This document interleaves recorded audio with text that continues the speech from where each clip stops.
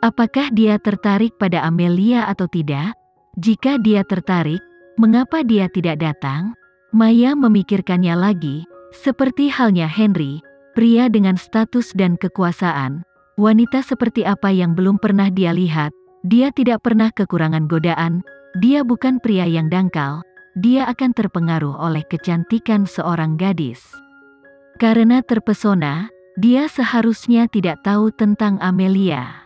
Maya sendiri tidak pernah memandang gadis dari latar belakang Amelia di matanya, dan dia benar-benar tidak layak untuk lawannya. Memikirkan hal ini, Maya merasa lega. Namun, dia masih harus pergi dan melihat drama yang luar biasa ini secara langsung. Dia sangat penasaran betapa jeleknya wajah di balik cadar Amelia. Henry sekarang berada di rumah sakit, karena Nyonya Mahendra tiba-tiba pingsan dan dilarikan ke rumah sakit. Henry berdiri tegak dan panjang di koridor, dia melirik Hana dan bertanya, "Bagaimana nenek pingsan?" Selama bertahun-tahun, Hana telah dirawat dengan baik. Dia terlihat seperti wanita muda yang menawan berusia 30-an. Dia samar-samar terlihat dalam kecantikan mudanya. Sekarang dia melihat wajah Henry dan berkata dengan sedih, "Henry, kamu tidak bisa menyalahkanku untuk ini. Kamu tahu selera makan nenek kamu. Dia tidak bisa makan apapun.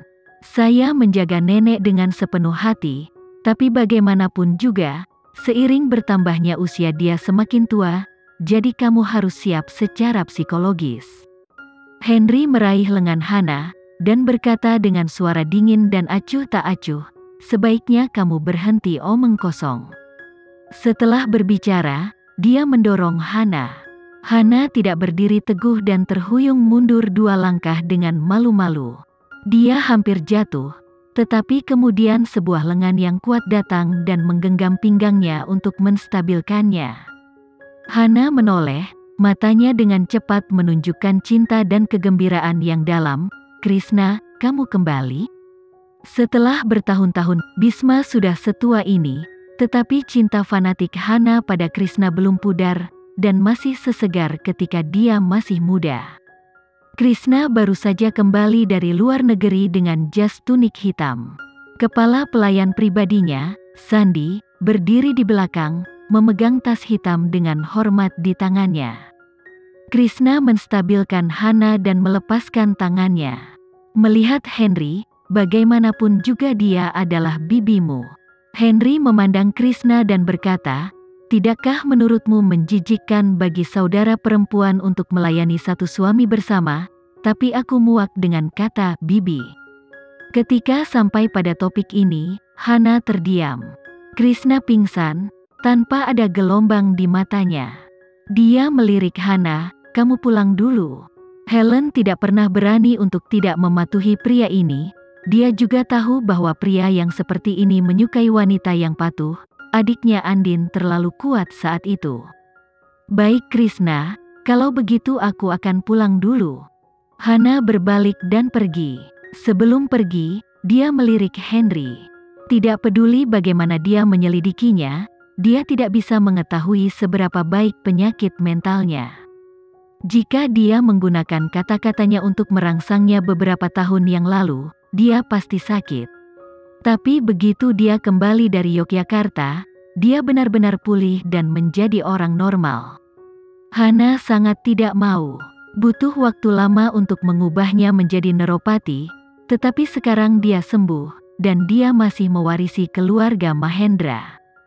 Hana memandang Krishna lagi tergila-gila. Dia pergi ke Yogyakarta, dan Henry baik-baik saja. Putra yang paling ditinggalkan Andin di hatinya. Sekarang hanya ada 2 pria yang berdiri di bangsal. Suasana antara ayah dan anak sangat stagnan.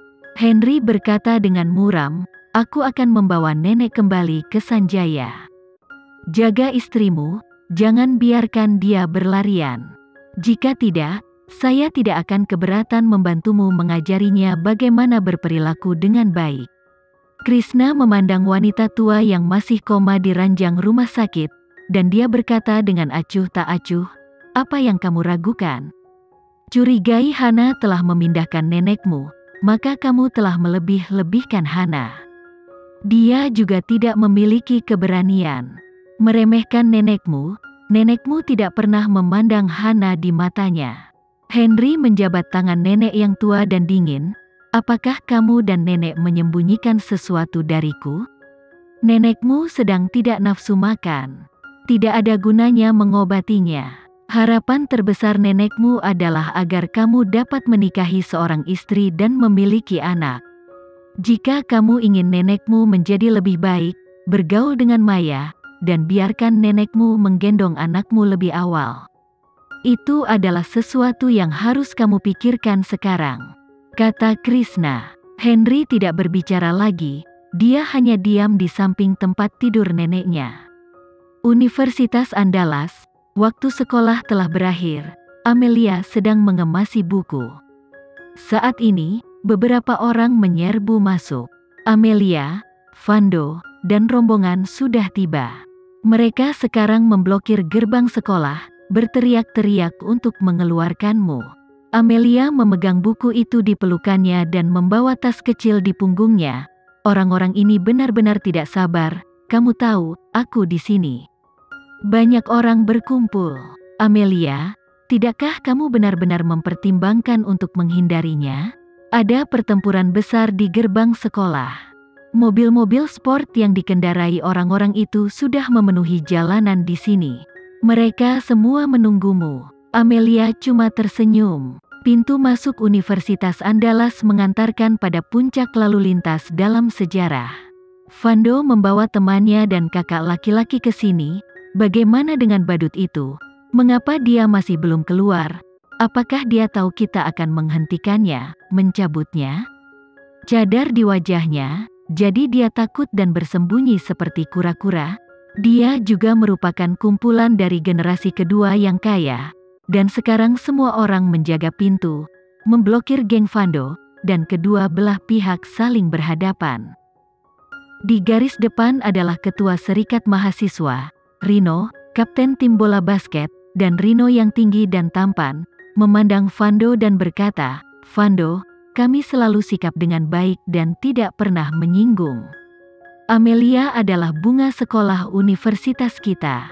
Hari ini, jika kamu ingin menemukannya di Andalas kami, kamu juga harus bertanya apakah kami setuju atau tidak. Maya yang sedang menyaksikan keseruan itu sedikit terkejut. Rino ini adalah penggemarnya sebelumnya, dan mereka akan menunggu di gerbang Triananda untuk menunggunya meninggalkan sekolah setiap hari. Tetapi Amelia hanya datang hanya untuk 1 hari, dan mereka benar-benar mendukung Amelia.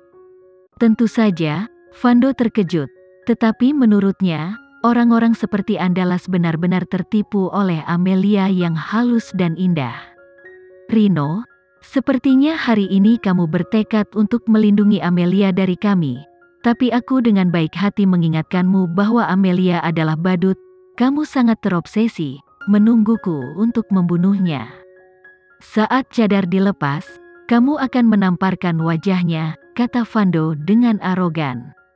Rino dan yang lainnya menolak untuk menyerah. Vando, Amelia adalah gadis sekolah peri kecil kami di Universitas Andalas. Saya pikir kamu sudah bercerai dan merasa dipermalukan, jadi kamu datang untuk balas dendam. Ada banyak bubuk mesiu di kedua sisi seolah-olah pertempuran akan dimulai pada detik berikutnya. Saat ini, suara yang jelas dan lembut terdengar, Vando, bukankah kita sudah putus? Kenapa kamu mencariku lagi? Rino dan yang lainnya dengan cepat menyerah, dan sosok ramping Amelia muncul di depan semua orang. Amelia ada di sini. Vando sudah melihat Amelia kemarin, tapi melihatnya lagi saat ini akan tetap tertarik padanya, terutama karena dia sekarang dengan tenang berdiri di depannya tanpa gelisan. Suara Vando yang namanya keluar dari mulutnya barusan sangat menyenangkan, dan Vando tertegun. Namun, Vando pulih dengan cepat. Dia memandang Amelia dan berkata, Badut Wijaya, ya, Vando yang datang kepadamu. Mengapa kamu mencari saya? Bukankah aku sudah memberitahumu untuk tidak datang kepadaku lagi di masa depan? Apakah karena kamu terjerat seperti ini kamu menyukaiku? Rino, yang berdiri di samping Amelia, tidak bisa menahan tawa. Wajah Vando berubah dan dia berkata dengan marah, "Siapa yang menyukaimu? Bukan, monster badut, jangan menyayangi. Saya datang kepadamu hari ini hanya untuk mengungkap wajahmu. Orang-orang ini semua tertangkap olehmu. Mereka terpesona dengan penampilanmu. Saya ingin menunjukkan kepada mereka betapa jeleknya wajahmu." Rino berkata cepat, "Amelia, jangan takut, tidak ada yang bisa memaksamu melakukan hal yang tidak kamu suka, kami semua akan melindungimu. Ini Amelia, kami semua ada di pihakmu." Hati Amelia hangat, dan suaranya jelas dan manis. "Terima kasih, semuanya. Aku mengerti perasaan semua orang, tapi karena Vando membawa begitu banyak orang ke sini, aku tidak bisa membiarkan mereka kembali tanpa hasil. Aku bisa membuka cadarmu ini."